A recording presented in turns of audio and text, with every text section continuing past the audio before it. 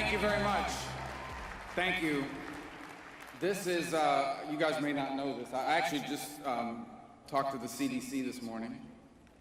And this is the largest maskless gathering since the Super Bowl, apparently. Since the Super Bowl.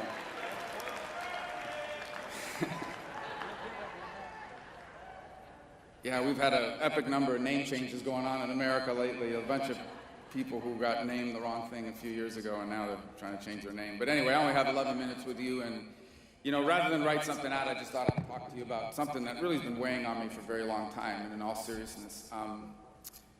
You know, being America is hard. And you know why being America is so hard? It's always been hard. It's because America is not normal. And let me tell you what I mean by that. Here's what's normal. Almost every person that has ever lived on Earth has had no freedom. You know, the hundreds of billions of people, whatever, that have lived throughout 5,500 years of recorded human history. Go back, if you look at it, almost everyone that's ever walked the earth, the overwhelming majority of people that have ever lived in a place where they didn't get to pick their leaders, they didn't have any real rights, the rights were whatever their leaders allowed them to have. That's how most people in history have ever lived. This phenomenon of what we call democracy and our republic and liberty, it's a modern phenomenon. The American Revolution, what was revolutionary about it is it had this audacious idea that your rights come from God, not from a government, not from leaders. And so, being America is hard, because being America is unusual compared to human history. You know, one of the fascinating things is human beings live very differently in terms of the technology we use, how we dress, how we communicate. Nothing looks like it did 1,000 years ago, except for one thing: human nature. Human nature is unchanged. Human nature is unchanged. Human nature was the same 2,500 years ago as it is today. That's why the Bible has so much wisdom in it. The same mistakes getting repeated. Why history is so important to know. Real history. It's what the founders of this nation understood. And they understood that human nature was, if you ever got power, there would always be people that would want to make everybody else live, think, say the things they wanted them to say, and do the things they wanted them to do. And they built protections against it, because none of us are immune from it. Now, I'll tell you, I've lived my entire life in the United States of America. Freedom and liberty is all I've ever known. But I was raised by people and surrounded by people, and to this day live surrounded by people that know what life is like in other countries. And so they know how special America is, and they know what real tyranny looks like and what real oppression looks like. And frankly, even though they've had an enormous impact on my life, even I, as I look back now, took for granted some of their warnings years ago about what happens to a society and to a people when we empower those who believe that their job is to tell the rest of us how to live and think and believe and how we are allowed to do. And I think in many ways, if you want to define what is so unique about this moment in our history, is that for the first time, perhaps in recent memory and certainly recent history, Americans have come face to face with what it looks like when people use power to impose their will on society. What's most interesting about this is Marxism, which is what so many people have fled and moved to Florida to get away from various countries, from Venezuela, from Cuba, from Nicaragua. Marxism, everybody thinks Marxism is some sort of economic theory. Marxism is a lot more than an economic theory. Marxism is a viewpoint. It's a philosophy. And at the core of that philosophy is that there are a handful of people that know what is good and what is right. And they're smarter and better than everybody else.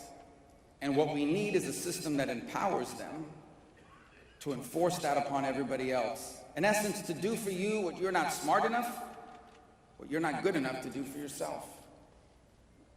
And that's been infused in every aspect of our lives. Very few people call themselves Marxists. That's the criticism when I say that. Oh, but they're not self-described Marxists. Marxists are never self-described Marxists.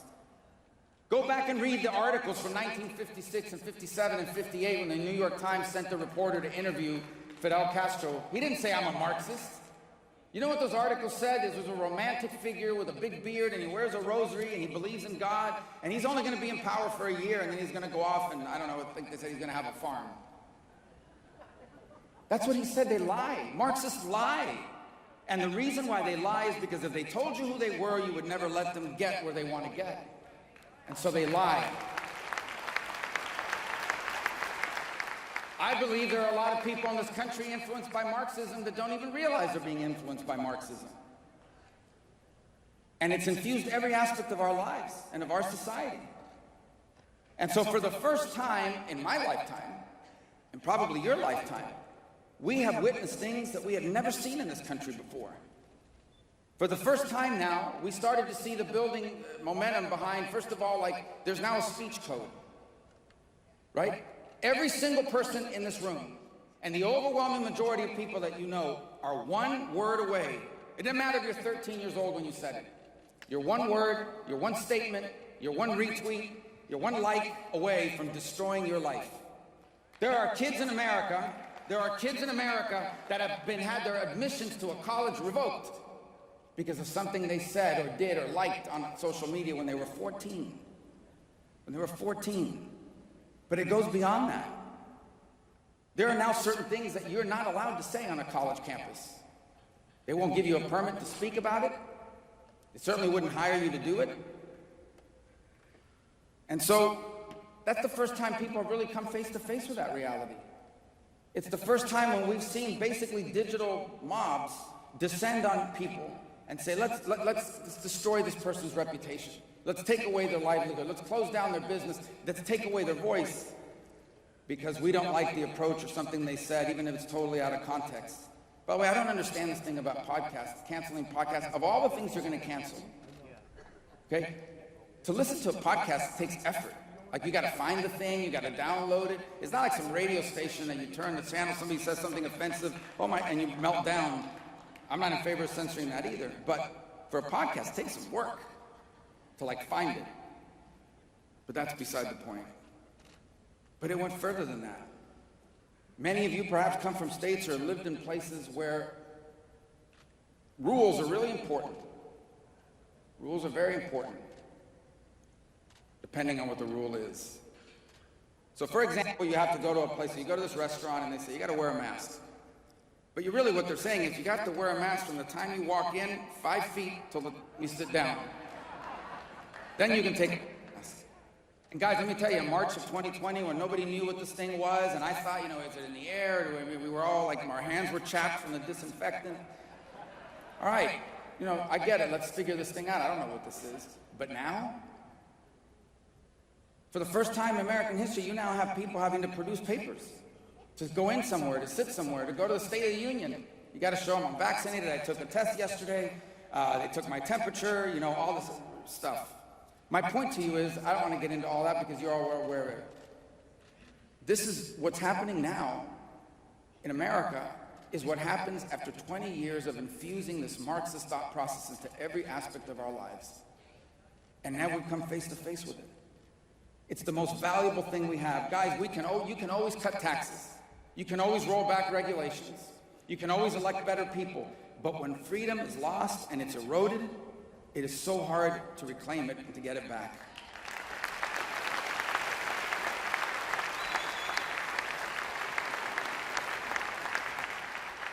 And so that's why the people I live among, in the neighborhood I lived in my entire life, you see the fury and the desperation in their voice. Because imagine that you once lived in a country that you had to flee because in school they were telling your kids that God didn't exist.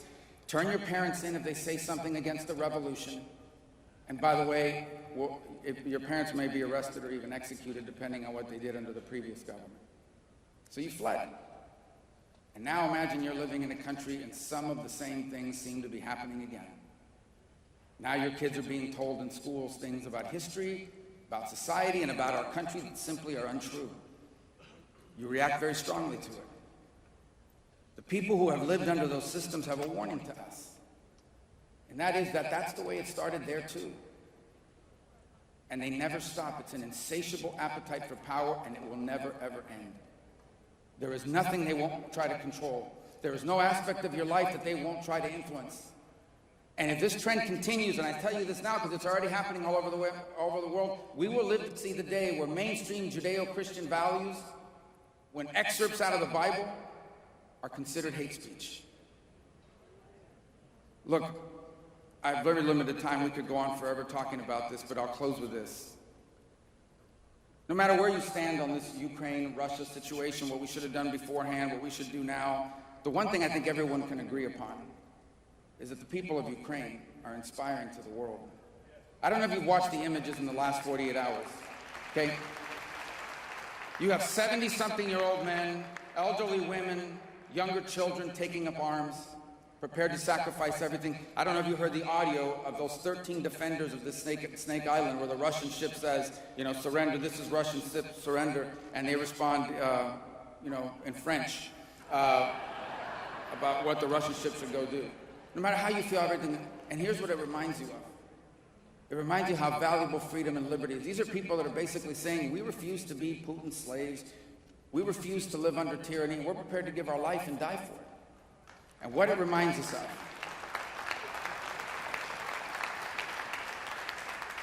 it should remind us of two things. How precious freedom and liberty is, how quickly it can be lost. And the second thing it should remind us is that the reason why we've had freedom and we've had liberty is because people at one point were willing to do that for our country here. They were willing to die, and they were willing to sacrifice for it. Freedom and liberty are being threatened again, but no one here is being asked to die. No one here is being asked to take up arms to defend it. We're being asked to win elections, to speak out, to be courageous, to raise our voices, to call it out for what it is, and it's happening. And I'll close with this, it's happening. It's happening because I'm telling you right now that all across the state and all across America, there are people that may not agree with us on what the tax rate should be. There are people that may not agree with us on how much regulation there should be in government. There are people that may not agree with us on a variety of issues. There are people that perhaps have never voted the same way any of you have in a presidential race, and they're really angry. And they're getting rid of school board members because you're coming for their kids. And they're getting rid of local government officials because they're coming for their business. And they'll get rid of federal leaders that are coming for their freedom. These are people that are not ideological. Here's what they believe in: common sense, wisdom, and values. The notion that parents should have the predominant role to play in their children's lives, that people should be able to say and speak freely in this country, that this is the greatest nation on earth, not an inherently evil one. They believe in these things too. And that's why I believe that for all the negative we've heard, the pendulum is swinging. The pendulum is swinging. And I believe we are on the precipice, on the verge of a reinvigoration of the American spirit that will not just strengthen America. It will leave us freer and more prosperous than we have ever been. So let's go out and make sure that happens. God bless all of you. And let's keep CPAC in Florida. Thank you. God bless you.